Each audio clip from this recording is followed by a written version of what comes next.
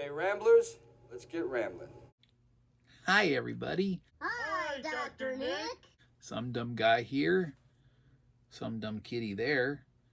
Welcome to the 29th episode of SumDumWatch, celebrating 29 weeks of watching dumbly, or dumb watching, however you want to portray it.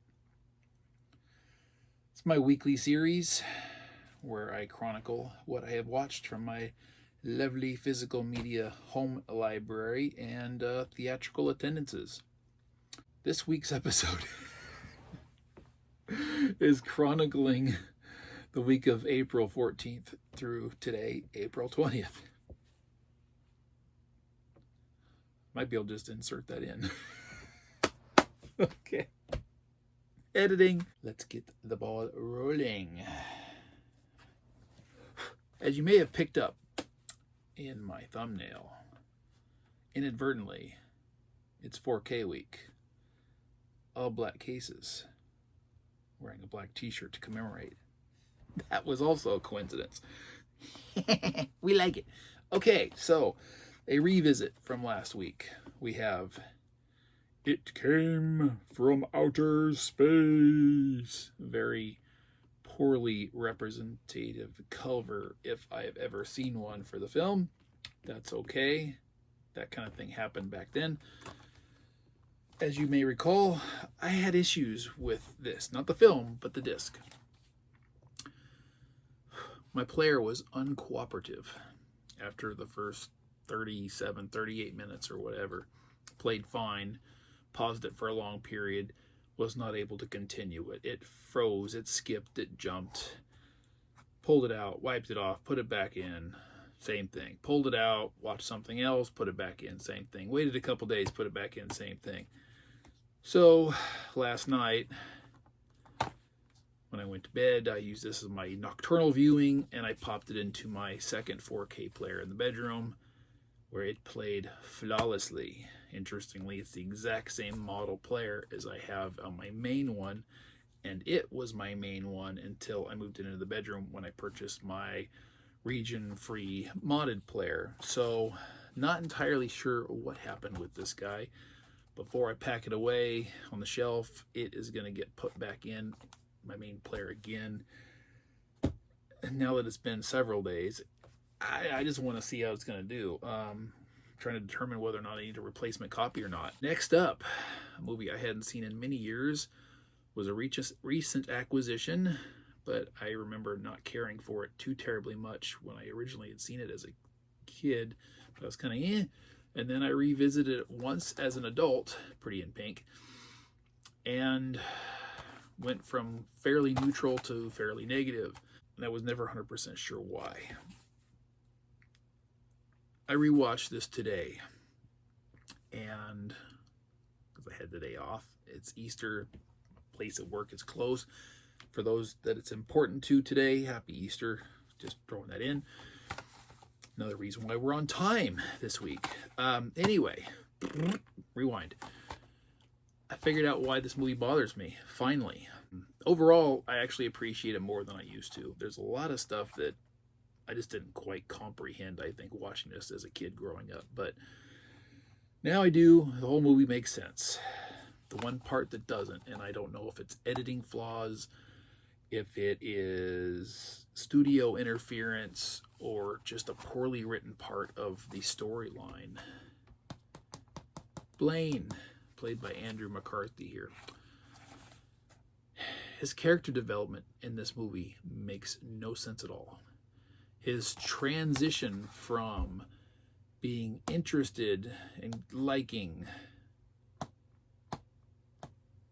Andy to being apprehensive and then withdrawn and then completely pulling away from their developing relationship. There's no development through line from that. He goes from resolute in what he wants to be doing to listening to his sleazy friend Steph lecture him about it, to still being resolute, to brooding, to full-on avoidance, absence, withdrawal, walk away. there's nothing to connect the dots for any of that. You see from Resolute to a conversation to another conversation, and in between that you have 2 scenes of him pouting on his bed by himself. There's nothing there. There's a chunk of that equation missing that just, and then the story like basically stops and then jumps over a certain point, continues on. That is a flaw I've never heard anybody discuss. John Hughes fans, Molly Ringwald fans of this movie in general, anybody, I don't get it. That's a problem for me, and it's a really, really big red flag for the story. Next up, another one that I had seen, but it's been a good many years. Another recent acquisition, 4K of Trading Places, with absolute terrible rendition artwork of a scene in the movie. Although physically accurate minus the money. This artist needs to be fired. Because although Eddie Murphy looks pretty okay, Dan Aykroyd is grossly misrepresented. Although he does exist in this pose with that exact same expression on his face, it doesn't look anything like that at all. It looks like he's smiling and someone's taken a big old air nozzle and blown it into his mouth and just inflating his mouth while his mouth is open. Didn't Martin Short do something like that in Inner Space?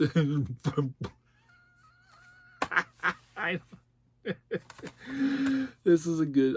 This wasn't quite as funny as I remember, but I still enjoyed it as a film and as a story quite a lot. It's really clever. Next up, we have the final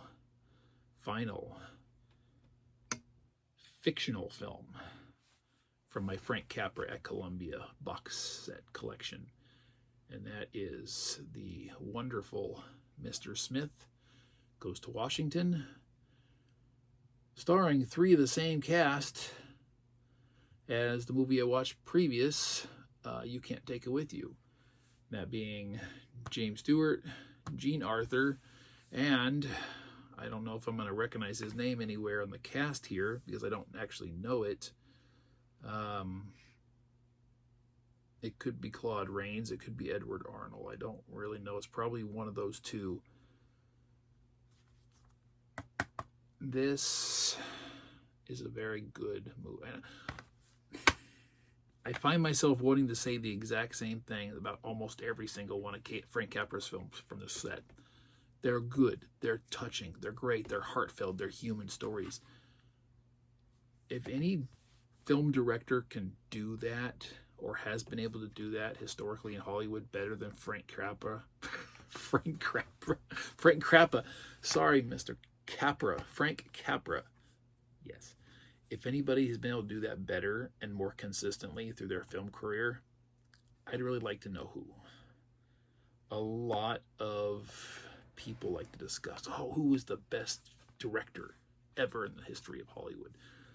A lot of people like to latch on to the Spielbergs or the Kubricks or whatever. It's like, God, that's so modern, right? You're not looking at the Capras. You're not looking at the Hitchcocks. You're not looking at the DeMilles, perhaps, which is going to be one I'm going to be exploring here pretty soon.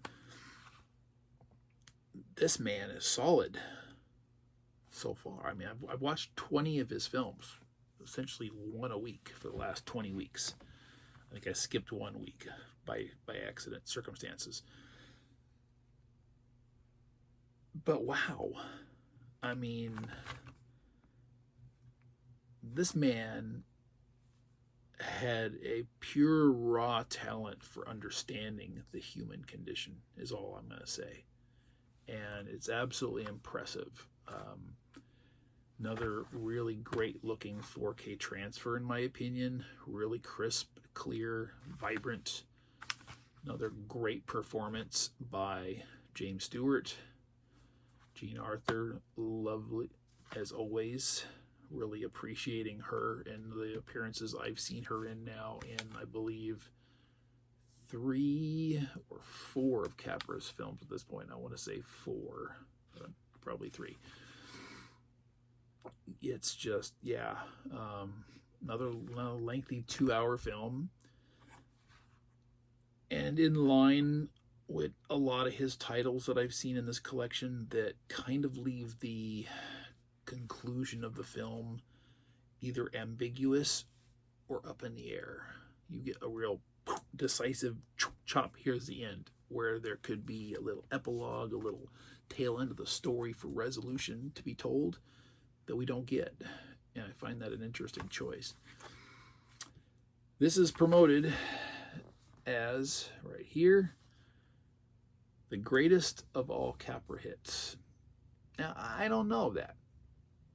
I haven't seen them all. If this is an original poster, then maybe that was the case up to this point, and an argument can be made for that. I absolutely agree.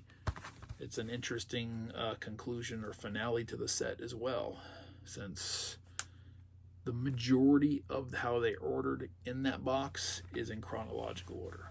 There's a couple that are off, but as a whole, you get to see them in chronological order if you just go right through. I'm going to watch, there's a documentary in here. That'll be my next week's entry. It'll be the last, I think, I get to watch out of there for some time. And then I will be done. I can confidently say right now, just based off the actual movies, the films in there, the 20 that I watched, that film or that collection was worth every penny I paid for it and then some. I think I paid in the $140 range for it, and no regrets, none whatsoever. Even the ones that I appreciated the least, I can't say that, oh, I didn't like. I can't. I also this week was able to complete season 7 of Seinfeld on 4K. That be a done deal. Lovely Susan has passed. George has been freed to pursue his psychoses alone. Oop, case isn't closed. And then consequently, naturally, I've begun season 8. And I am on disc 2. I am episode 11. So 3 episodes into disc 2 out of 3 discs, as always, in this one. Still loving it, still enjoying it, still appreciating it, moving along nice and smoothly. Might take me through maybe 2 more episodes before I complete the series, get through season 9. If that's the case, and I'm gonna ask this question for every episode through. Every episode of SumDumWatch. As I near the end of Seinfeld, I'm thinking that I need to get a new TV series into the rotation, much as I've had this whole time. I'd like it to be something I haven't seen before, a TV series I've never watched, or at least one that I've never completed. I have a very large TV library here at home. So what I'd like from you, my viewers, all 3 or 4 of you, if you have an interest, drop me some suggestions in the word box below, if you would. If there's any TV series you might like me to watch, and maybe drop a couple lines about some of the episodes that I've watched as I go along each week. If it's a show that I own, and depending on how many suggestions I get over the next couple weeks, put them together, I'll figure out which is going to be the quote-unquote lucky winner, and I'll run with it. If I don't own it, that's a no-brainer, unless it's one I'm already planning on purchasing in the near future, because there are a few.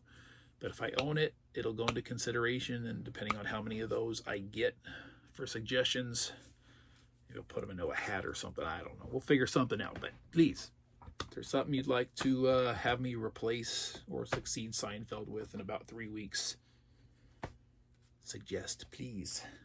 We like that engagement, call it an interactive experience. My viewers might get to pick what TV show I watch next. That's it for the physical. We're moving on to the theatrical. I did basically a double feature. This was Wednesday. 12:10 show and a 2:30 show. Anyway, first and foremost, I'm glad it worked out this way. I watched Blurry Ticket.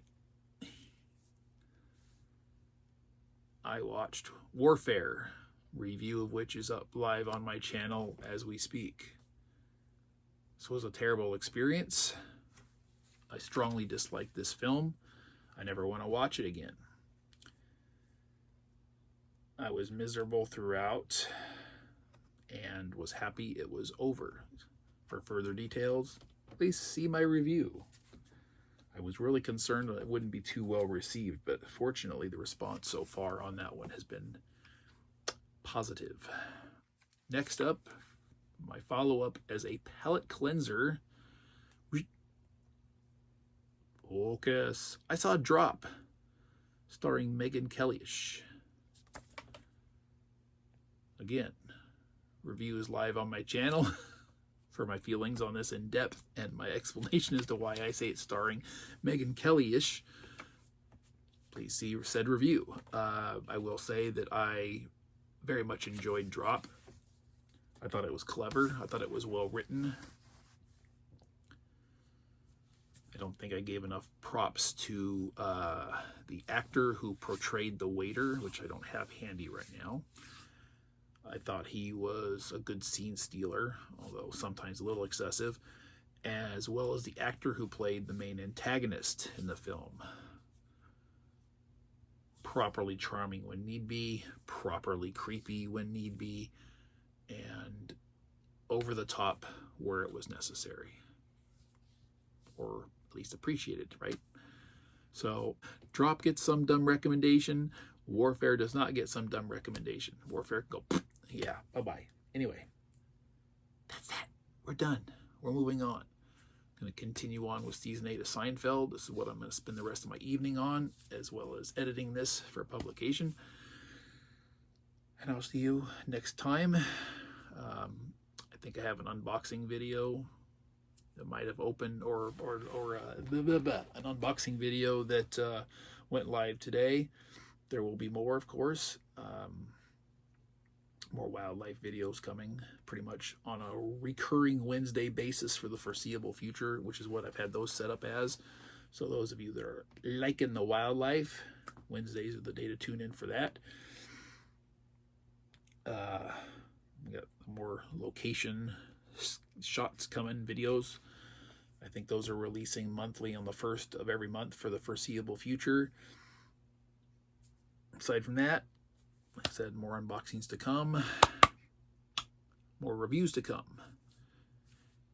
Your thoughts in the word box. What'd you think of what I watched this week? Thoughts and opinions on that? Type. What did you watch this week? Word box. Type. Again, recommend me a replacement TV series to succeed Seinfeld when I'm done. Got about 2 or 3 weeks to drop those suggestions in before I finish. Get them coming. We'll figure out what we can do. I appreciate your participation. Say bye-bye to the grooming kitty here. It's grooming kitty. Huh? You could at least face the camera, sugar. Little diva. Good night, everybody. Thank you for watching. I'll see you next time. Bye. Alan.